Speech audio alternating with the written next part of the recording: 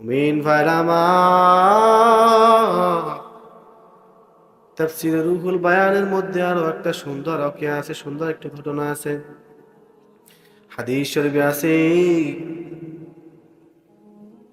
আল্লাহ রাসূল বলেন, তাফসীরে রুহুল বায়ানের মধ্যে আছে, যদি কোনো ব্যক্তি রাত্রিবেলা যখন স্ত্রীর কাছে ঘুমাতে যায়, একান্তে যখন দুইজন ঘুমায়, দুইজন যখন একাত্রে মিলিত হয়, ওই সময় যদি বিসমিল্লাহ বলে একাত্রিত হয়, বিসমিল্লাহ বলে মিলন হয়, তাফসীরের মধ্যে লেখা আছে বিসমিল্লাহ বলে যদি তারা একান্ত হয়, মিলিত হয়, তাদের মধ্যে শয়তান অংশগ্রহণ করতে পারে না।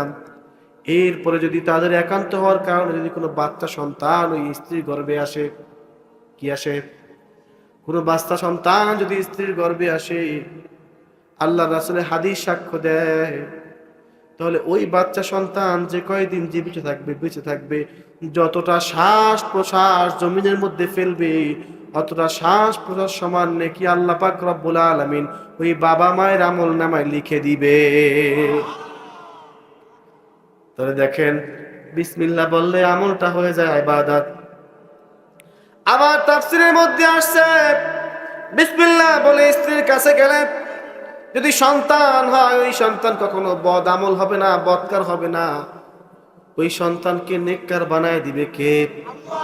আমার আল্লাহ নেককার বানায় দিবে। আমার আল্লাহ কে বানায় দিবে? প্রশ্ন আসতে পারে, হুজুর একটা ছোট্ট বাক্য বলবো, আল্লাহ পাক রব্বুল আলামিন কি এত কিছু দান করবে? মুমিন ভাইরা আমার, তাহলে শুনুন, আল্লাহ পাক রব্বুল আলামিনের 3000 গুণবাচক নাম আছে। কয় হাজার? 3000 গুণবাচক নাম আছে। ওই 3000 গুণবাচক নামের মধ্যে 1000 নাম জানেন ফেরেশতাকুল। কারা জানে? ফেরেশতারা জানে ওই নামগুলো, আর কেউ জানে না। আর 1000 নাম জানে আম্বিয়া আলাইহিস সালাতু ওয়াস সালাম, নবী রাসূলগণ, ওইটা অন্য কেউ জানে না। আর 1000-এর মধ্যে 300 নাম ছিল তাওরাতের মধ্যে, 300 নাম ছিল জাবুরের মধ্যে, আর 300 নাম ছিল ইনজিলের মধ্যে। কয়শো হইল? বাকি আছে কয়শো? 100 নামের মধ্যে একটা নাম একমাত্র আল্লাহ পাক নিজেই জানে, ওইটা দুনিয়ার কারো কাছে প্রকাশ করে নাই। 99টা নাম আল্লাহ কোরআনের মধ্যে নাজিল করছে, কোরআনের মধ্যে দিয়ে দিছে। আর ওই সকল নামগুলো ওই 3000, যে 1000 ফেরেশতাকুল জানে, যে 1000 নবীকুল জানে, যেই 300 করে তাওরাত ইনজিল জাবুরের মধ্যে আছে, কোরআনের মধ্যে 100 আছে, ওই সকলগুলা মিলাইয়া বিসমিল্লাহর মধ্যে আল্লাহ দিয়া দিছে। আবার ওই বিসমিল্লাহ সকল নিয়ামত আল্লাহ বিসমিল্লাহর বায়ের মধ্যে ঢুকায়া দিছে। তাহলে এইবার বলেন তো, বিসমিল্লাহর মধ্যে শক্তি আছে না নাই? ওই বিসমিল্লাহ বলে আমল শুরু করলে, কাজ শুরু করলে, সাধারণ কাজকে আল্লাহ ইবাদত করতে পারে কি পারে না? এই জন্যই তো বলছিলাম, ইন্নামাল আমালু বিল খাওয়াতিম। জীবনের শেষ মুহূর্তের আমলটা আপনার আমার ইবাদত হওয়া দরকার। আর জীবনের শেষ মুহূর্তের আমলটাকে ইবাদত করার জন্য ছোট্ট একটা আমল আছে, বলুন তো সেই আমলটার নাম কি? সকলে বলেন না কি? আবার সকলে বলেন কি? আজকে থেকে আমলটা করা যাবে তো ইনশাআল্লাহ? যাবে তো? ঠিক রাজি? নারায়ে তাকবীর, নারায়ে তাকবীর। বিসমিল্লাহির রহমানির রহিম। রহমান রহিমের ব্যাখ্যা আসি তাফসীরে রুহুল বায়ান, তাফসীর ইবনে কাবীর, দুইটার মধ্যে জুন্নুন মিসরি রাহমাতুল্লাহ আলাইহি তিনি বলেন, জুন্নুন মিসরি রাহমাতুল্লাহ আলাইহির একটা ঘটনা ইমাম ফখরুদ্দিন রাজি রাহমাতুল্লাহ আলাইহি তার কিতাবের মধ্যে, তাফসীরের মধ্যে উল্লেখ করছেন। জুন্নুন মিসরি রাহমাতুল্লাহ আলাইহি একদিন নীল নদের কাছে তিনি হাঁটতেছিলেন, হঠাৎ তাকিয়ে দেখলেন একটা বিচ্ছু। কি দেখলেন? একটা বিচ্ছু খুব দ্রুত গতিতে দৌড়াইয়া নদীর মধ্যে যাচ্ছে, সাগরের মধ্যে যাচ্ছে, নীল নদের মধ্যে যাচ্ছে।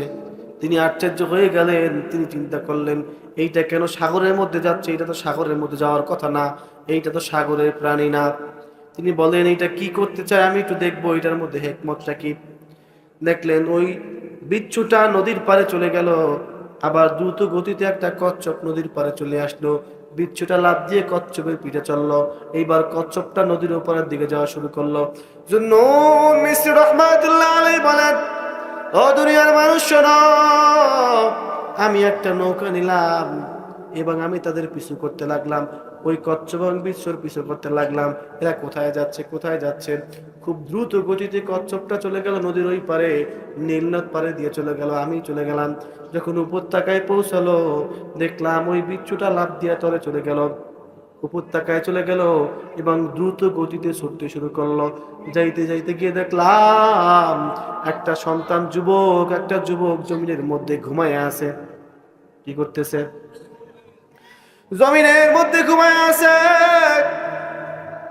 আবার লক্ষ্য করে দেখলাম ওই যে যুবকটা জমিনের মধ্যে ঘুমায় আছে, একটা বড় বিষধর সাপ ফেনা ধরে আছে, ওই বাচ্চাটাকে দংশন করবে। কি করবে? যুবকটাকে দংশন করবে। ঠিক ওই মুহূর্তে, যেই মুহূর্তে যুবকটাকে দংশন করবে, কামড় দিবে, সাপটা দংশন করবে, ঠিক ওই মুহূর্তে বিচ্ছুটা দৌড় দিয়ে সাপটাকে একটা কামড় দিল, দংশন করলো। সাপ উল্টা আঘাত করলো বিচ্ছুটাকে। দুইজনের কামড় দেওয়ার কারণে দুইজনের বিষে দুইজন মারা গেল। জুন্নুন মিসরি রাহমাতুল্লাহ আলাইহি বলেন, রহমান রহিমের ব্যাখ্যা হলো আল্লাহ পাক রব্বুল আলামিন হলেন রহমান রহিমের মানে হলো বান্দা আল্লাহ পাক রব্বুল আলামিনের কাছে প্রার্থনা করা লাগে না। যে ব্যক্তি প্রার্থনা করার আগে বান্দাকে বাঁচায় দেয়, বান্দাকে রক্ষা করে, হেফাজত করে, তার নাম হলো রহমান রহিম। এই যে আল্লাহ পাক রব্বুল আলামিন তার বান্দাকে আল্লাহর কাছে প্রার্থনা করা ছাড়া, ব্যক্তি ছিল ঘুমাইয়া, ব্যক্তিকে বাঁচানোর জন্য নীল নদের ওই পার থেকে একটা বিচ্ছু চলে আসলো, সাপকে কামড় দিল, সাপ বিচ্ছুকে কামড় দিল, সাপ বিচ্ছু দুইজন মারা গেল। এই যে আল্লাহ পাক রব্বুল আলামিন বাঁচাই দিল। এইটাই হলো রহমান রহিমের খাস দয়া। তাহলে বলুন তো, বিসমিল্লাহর মধ্যে, রহমান রহিমের মধ্যে বরকত আছে না নাই? পাওয়ার শক্তি আছে না নাই? আজকে থেকে এই বিসমিল্লাহ আমল করা যাবে কি যাবে না? করতে চাই তো ইনশাআল্লাহ। কে কে রাজি? নারে তাকবীর। মুমিন ভাইরা আমার, হাতগুলো নামাই। সামনে আসতেছে কিসের মাস? কথা বলুন, কিসের মাস? রমজান মাস আসতেছে। এই রমজান মাস যে আল্লাহ পাক রব্বুল আলামিন আমাদেরকে দান করছে, একদম দিল থেকে, মন থেকে শুকরিয়া আদায় করে জোরে একটা আওয়াজ দিয়ে বলবেন আলহামদুলিল্লাহ। কারণ আল্লাহ পাক রব্বুল আলামিন বলেন, 12 মাস আমি দুনিয়াবাসীর জন্য দিয়েছি, 12টা মাস দিয়েছি, কিন্তু একটা মাস আমি আল্লাহর জন্য স্পেশাল করে রেখে দিয়েছি। সেই মাসটা হলো রমজান মাস। কোন মাস? রমজান মাসে যদি কোনো ব্যক্তি মারা যায়, ওই ব্যক্তির আযাব হয় না। রমজান মাসে সকল কবরবাসীদের আযাব মাফ করে দেয় কে? রমজান মাসে শয়তানকে বন্দী করে কে? শয়তানকে শৃঙ্খলিত করে দেয় কে? মুমিন ভাইরা আমার, এখনই মোক্ষম সময়। আজকে থেকে নিয়াত করেন যে আজকে থেকে বিসমিল্লাহর আমল শুরু করব। সামনে আসতেছে রমজান, এই রমজানটা ভরে আমল করব। জীবনের আমল নামাটাকে এমন সুন্দর করে সাজাবো, আমার জীবনে যেন আর কোনো গুনাহ থাকে না।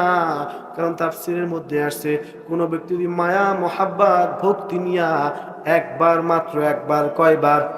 মাত্র একবার যদি আল্লাহ পাক রব্বুল আলামিনের দরবারে ভালোবাসা, মোহাব্বত, মায়া নিয়ে যদি বলে বিসমিল্লাহির রহমানির রহিম, হাদিসে পাকে আল্লাহ রাসূল সাল্লাল্লাহু আলাইহি ওয়াসাল্লাম বলেন, একবার যদি মন থেকে বিসমিল্লাহির রহমানির রহিম বলেন, আল্লাহ পাক রব্বুল আলামিন ওই বান্দার সকল গুনাহগুলো মাফ করে দেয়।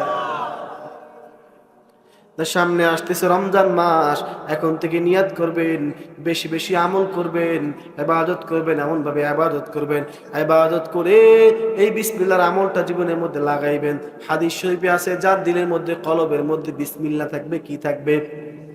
যার কলবের মধ্যে, দিলের মধ্যে বিসমিল্লাহ থাকবে, তাকে জাহান্নামের আগুন স্পর্শ করতে পারবে না, তাকে জাহান্নামের আগুন স্পর্শ করতে পারবে না। আল্লাহ রাসূল সাল্লাল্লাহু আলাইহি ওয়াসাল্লাম বলেন, খাবার শুরুতে বিসমিল্লাহ বলো, কথার শুরুতে বিসমিল্লাহ বলো, ইবাদতের শুরুতে বিসমিল্লাহ বলো, সকল কাজে বিসমিল্লাহ বলো।